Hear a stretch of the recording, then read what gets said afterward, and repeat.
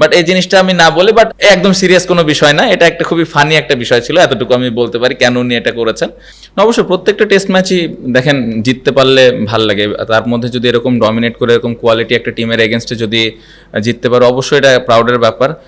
না, আমার মনে হয় এই লাস্ট 1 ঘন্টার ইমোশনটা এক্সপ্লেন করা মুশকিল, কারণ অনেস্টলি ওরা ভালো ব্যাটিং করছিল, আমরা একটু আন্ডার প্রেশারও হয়ে গেছিলাম, টু বি ভেরি অনেস্ট।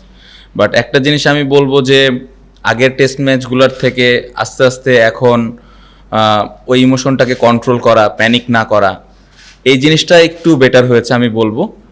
আমাদের একটাই চিন্তা ছিল যে কিভাবে এই 2টা ম্যাচ আমরা জিততে পারি। সো ওই জায়গাটা থেকে আমি বলবো যে সবার ওই কষ্টটা বিফলে যায়নি। খুব ইম্পর্টেন্ট কোশ্চেন, আশা করতেছিলাম যে এই প্রথম দিনের কোশ্চেনটা কেউ করবে।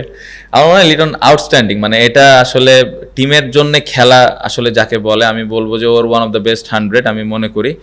ক্রেডিট তাইজুল ভাই, তাসকিন, শরীফুল রানা, তাদেরকে অবশ্যই দিতে হবে। বাট ওই জায়গায় লিটন ভাই যেভাবে রেসপন্সিবিলিটিসটা নিয়ে ব্যাটিং করেছে, এটাই আসলে একটা বড় টিম হওয়ার লক্ষ্যে যে যাচ্ছে এটা বোঝা যায় আসলে। এই টেস্ট ম্যাচে এই যে আমরা ম্যাচটা জিতলাম, আমি বলবো যে সব থেকে বড় ক্রেডিট আমার মনে হয় লিটনের ওই সময়কার ব্যাটিং, আদারওয়াইজ আমরা ওই ফার্স্ট ইনিংসে অনেক পেছনে পড়ে। আর আমি ক্যাপ্টেন হিসেবে সবসময় একটু বেশিই আশা করি তাইজুল ভাইয়ের কাছ থেকে।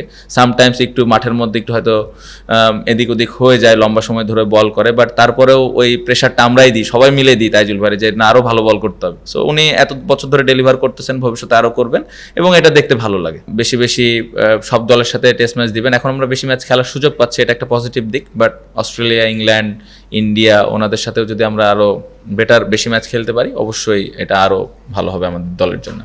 টিম যখন বিপদে পড়ছে তখন একজন এসে বল হাতে নিয়ে টিমের জন্য উইকেট নিচ্ছে, টিমের জন্য রান কম দিচ্ছে, এই রেসপন্সিবিলিটিসটা দেখে আমার মনে হয় ভালো লাগছে যে আসলে সবাই সবার জায়গা থেকে বুঝতেছে আসলে খেলাটার গুরুত্বটা কতটুকু।